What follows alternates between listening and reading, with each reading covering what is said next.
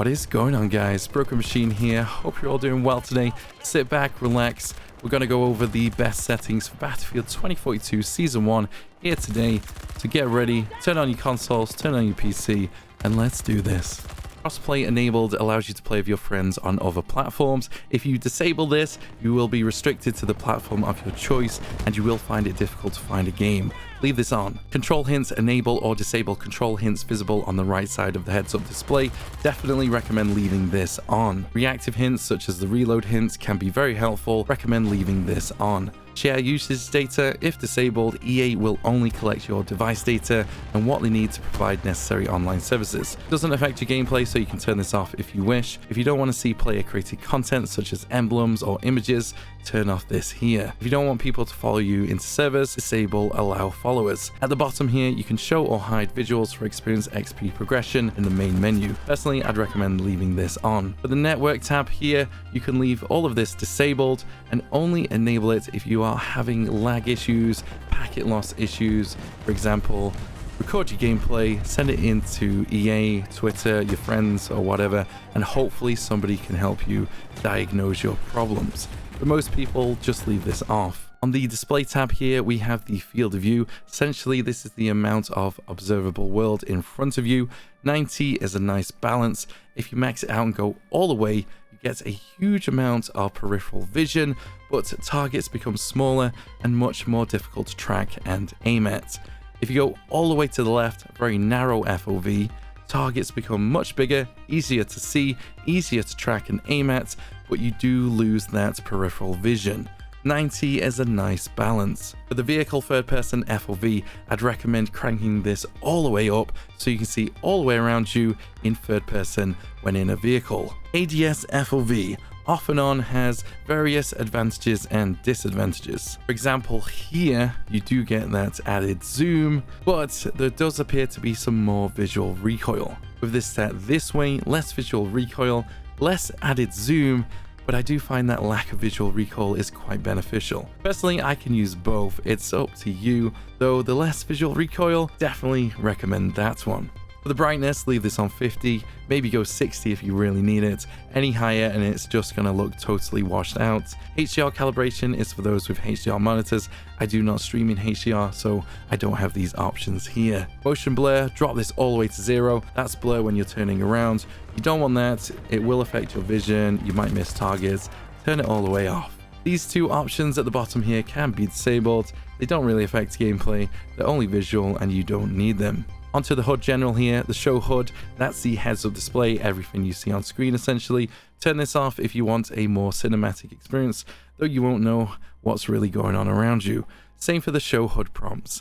The control hints, this enables or disables control hints visible on the right side of the heads-up display. For a new player, you may as well leave these on. Personally, I like this on as well. Reactive hints, for example, the reload hint can be very helpful, so I'd recommend leaving this on as well. The HUD motion, I'm going to turn this off here. Personal preference, obviously.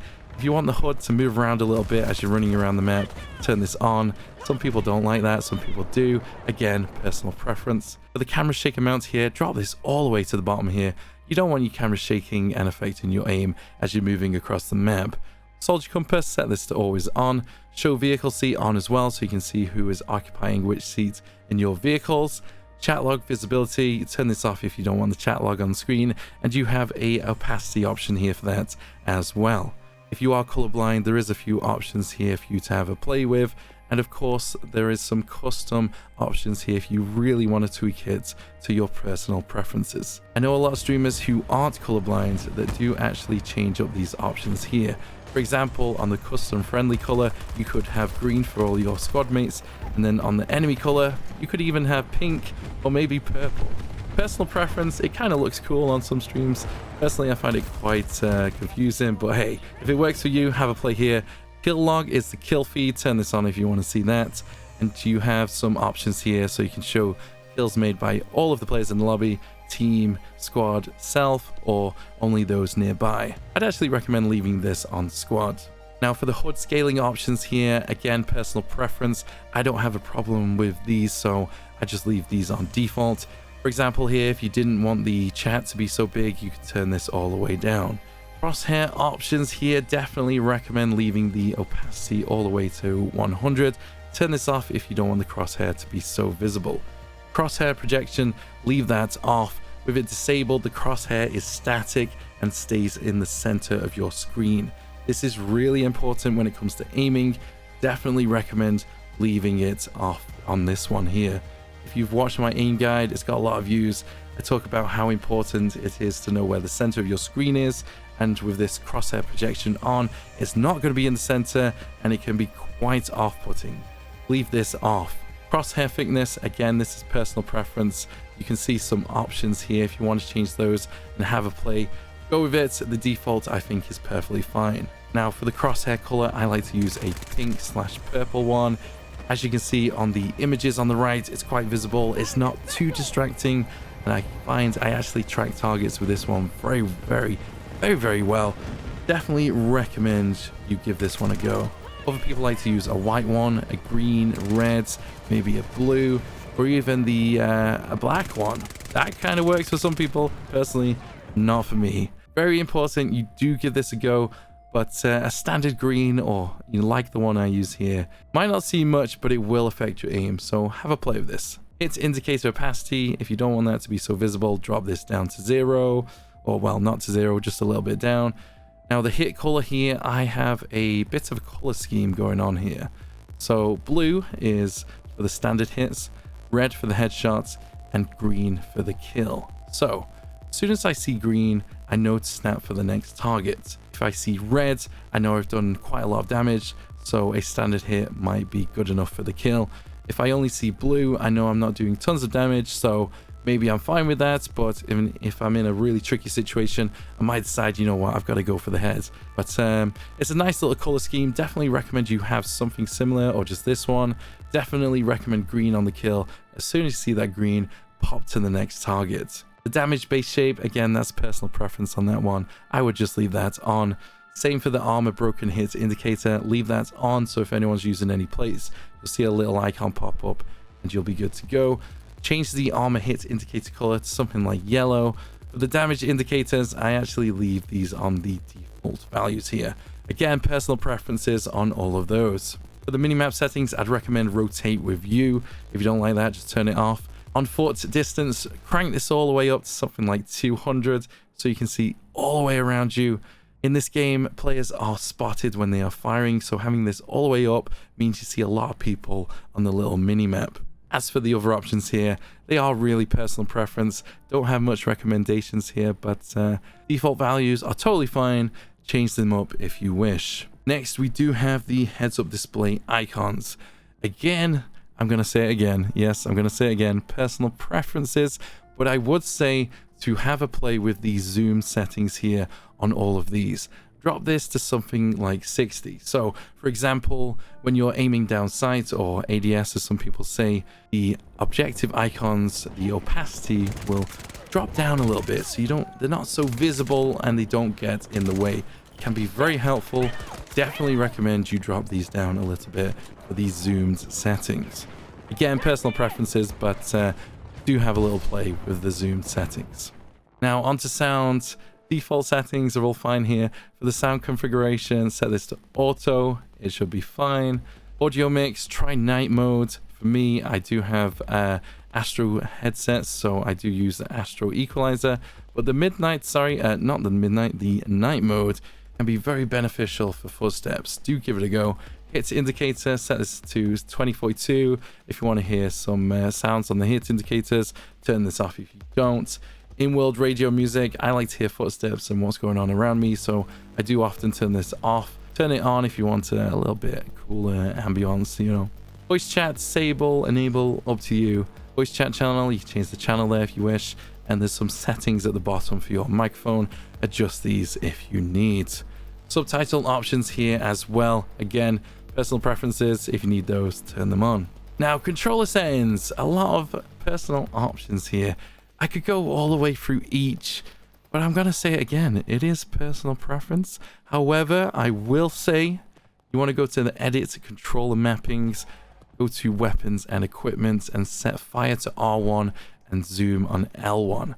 I've been using this for years across BF1, BF5, BF4, everything. And this is the way I would go. Personally, I find the first button, L1, similar on Xbox, and R1 on the right side, much better for aiming and firing. Highly recommend. Also, melee, I changed this to circle, and over on the bottom here, wherever it is, on the movement tab, I changed the crouch, press, and prone hold to the right analog. So, for example, if you're in the middle of a gunfight, you can easily crouch or drop down to the floor, crouch bounce if you need. That's where you bounce up and down in a gunfight and throw players aim off targets. Find that incredibly helpful. If you do change these settings here, just remember it might affect something else. It will tell you that, so do be sure to change whatever you need. But yeah, that is pretty much it there on the bindings. Definitely recommend it, give it a go. Now again, I do say personal preference. I could give some recommendations here. I am going to say what I use in the hell is in a moment. But honestly, what you want to do is you want to go all the way to the main menu. Change the game mode here. Click on solo and co-op on the right side there. Change to breakthrough and set the map to kaleidoscope. What you can do here is spawn right into any vehicle of your choice. You'll be far away from the action and the AI, and you'll be able to have a little play and see what works for you in the vehicles. It won't affect your stats. It doesn't matter if you crash the hell is, doesn't matter if you die in the vehicles. You can give the options a go here and try them out. Honestly, we could sit here for hours going through all the options and what they do and everything, but honestly, it really is personal preference. Jump in a vehicle, try the default settings. If it doesn't feel right, try the next one, and so on, and just go with it. You'll be fine. I will say head over to the global tab here. I like to have vertical aiming on pretty much everything except for the aircraft here. If you don't play inverted, that's where you pull down on the stick and your character looks up, then don't turn it on. It's that simple. Definitely recommend you turn off the controller vibration here. Some people like it, personal preference, but I do think it does affect your aim, and I'd recommend turning this off. Now on foot here, we have the more important options when it comes to controller. Soldier aim sensitivity. I use 100, would not recommend that if you're a new player. Somewhere between 30 and 50 should be totally fine. Do not use 100 just because I do. I've used this high sensitivity for a long time in multiple games. It works for me. I like it.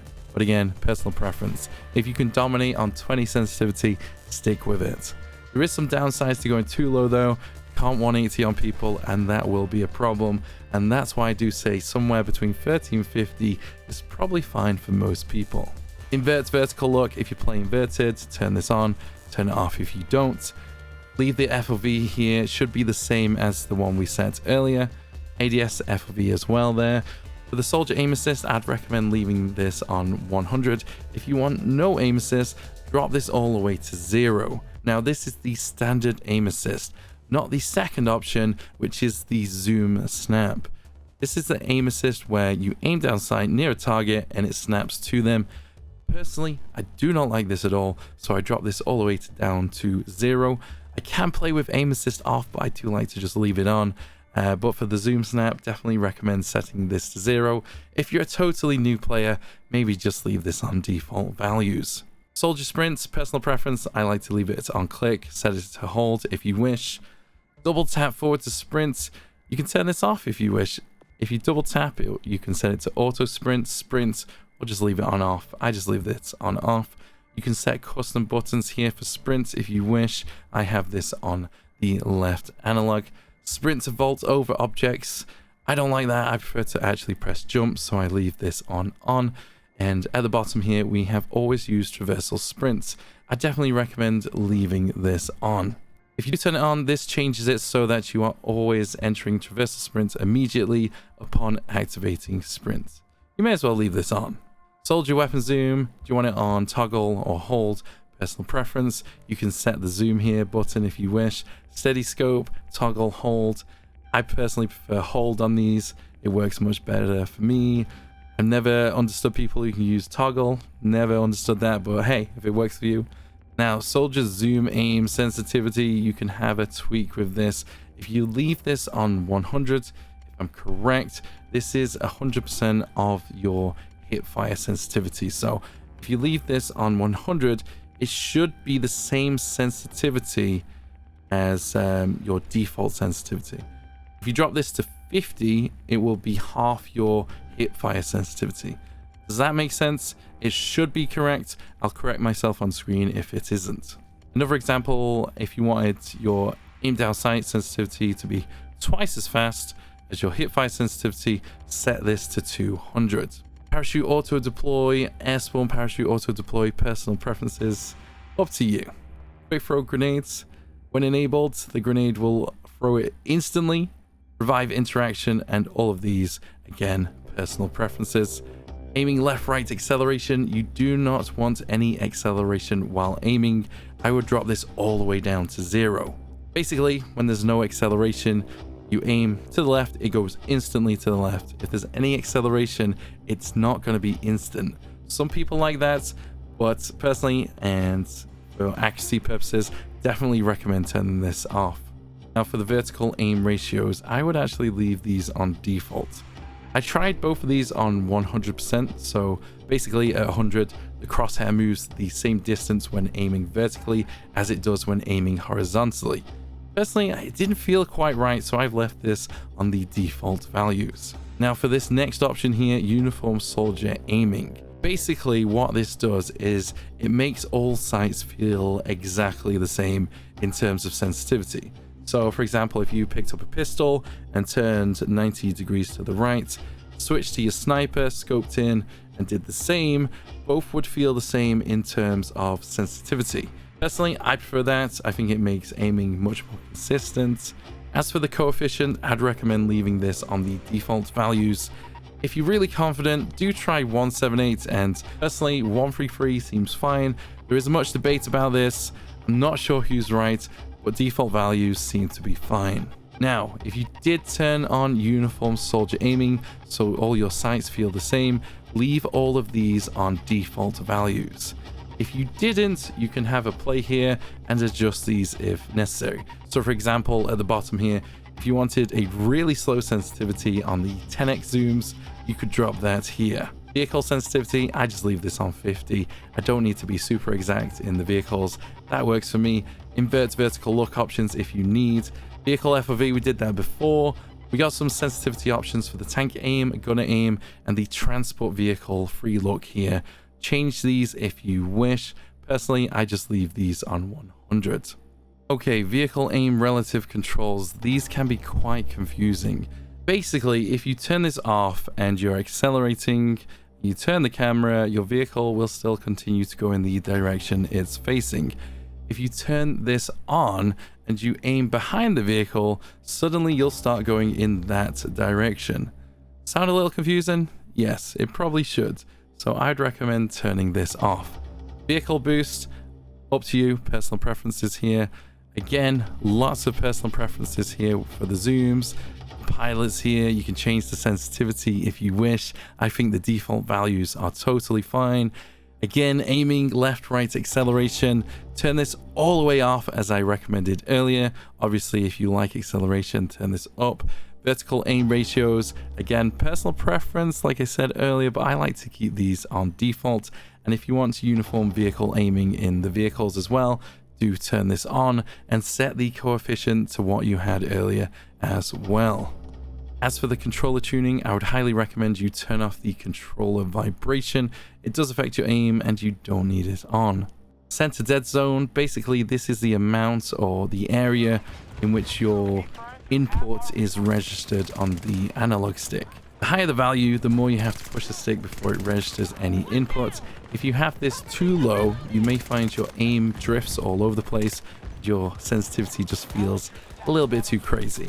I definitely recommend somewhere between 10 and 15. I use 13 and that works for me.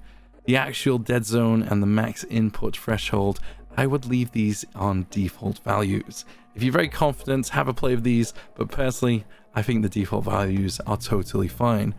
Do make sure you have these same settings on both sticks unless you're really confident and want some extra custom options. As for the controller L2 and R2 buttons here, drop the dead zone and max input threshold all the way to the bottom here, so as soon as you aim down sight or fire your weapon, it is instant. Many accessibility options here if you need them. Menu narration, wouldn't recommend turning it on if you don't need it. You can play incoming text chat as speech if you need, and convert incoming voice to text chat as well if you need that. Again, colorblind options here are also here for some reason.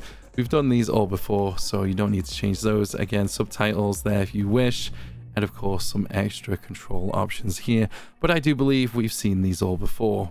Now let's talk about the PC specific options here. Full screen mode, set to full screen. Monitor, make sure it's on the correct one here.